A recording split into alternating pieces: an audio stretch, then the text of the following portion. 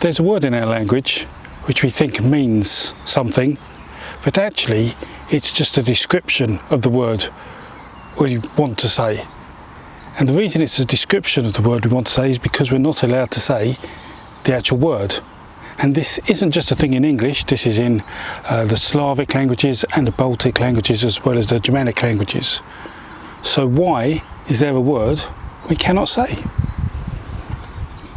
Well, this is the story of the word you cannot say, and welcome to Crecganford.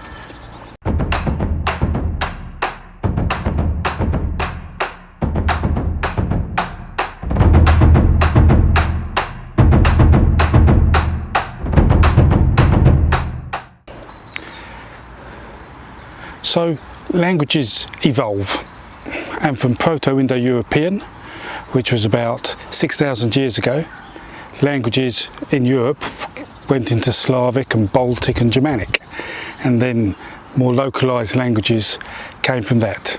And by understanding that, we can understand what words were important and therefore are used in all the languages and have the same root, and what words weren't important because we don't have roots for them in Proto-Indo-European.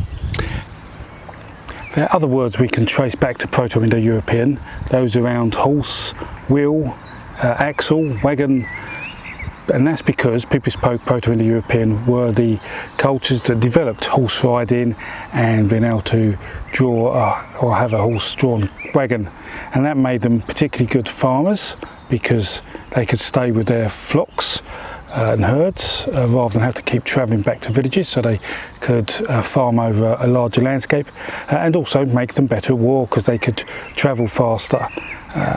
Not sure if they actually used the horses in battle.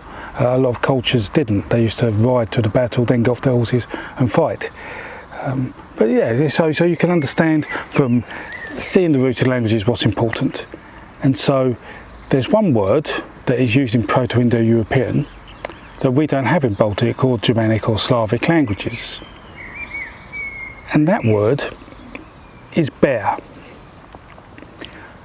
So when you see a bear, you're not actually saying bear.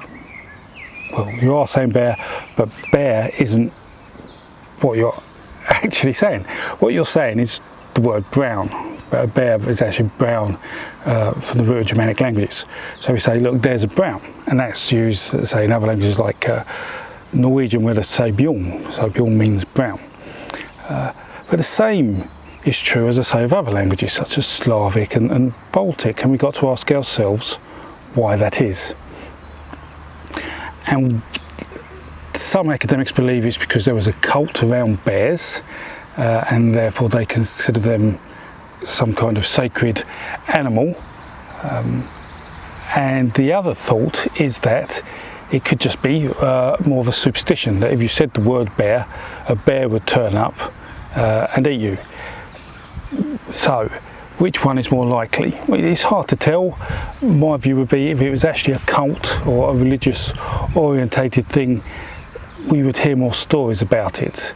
So I'm more inclined to believe it was more of a superstition thing, that if you were out hunter-gathering and you said the word, a bear would appear, and then you're not having a good day.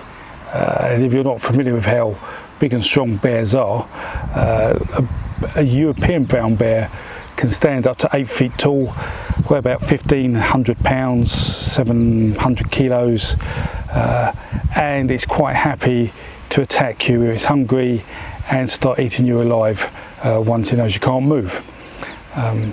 So yeah, you won't be having a good day if you come across a bear. They're very similar to grizzlies in North America, for those the other side of the pond watching this. So what do we say when we see a bear? As I say, we say brown, but what do other languages use? Well, the Baltic languages use a term called nosti, or around that root, which means ice fisher. And in the Slavic languages, they use the term honey eater, or medved. So none of these languages use the term of the actual animal name. So it's either honey eater, ice fisher, or brown.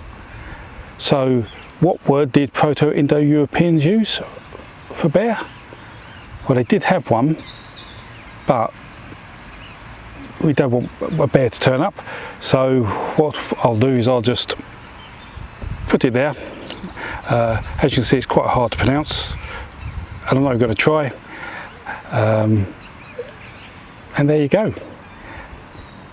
We don't have a word for bear, we just have a word to describe bear, because if you actually say the word, one may turn up and eat you.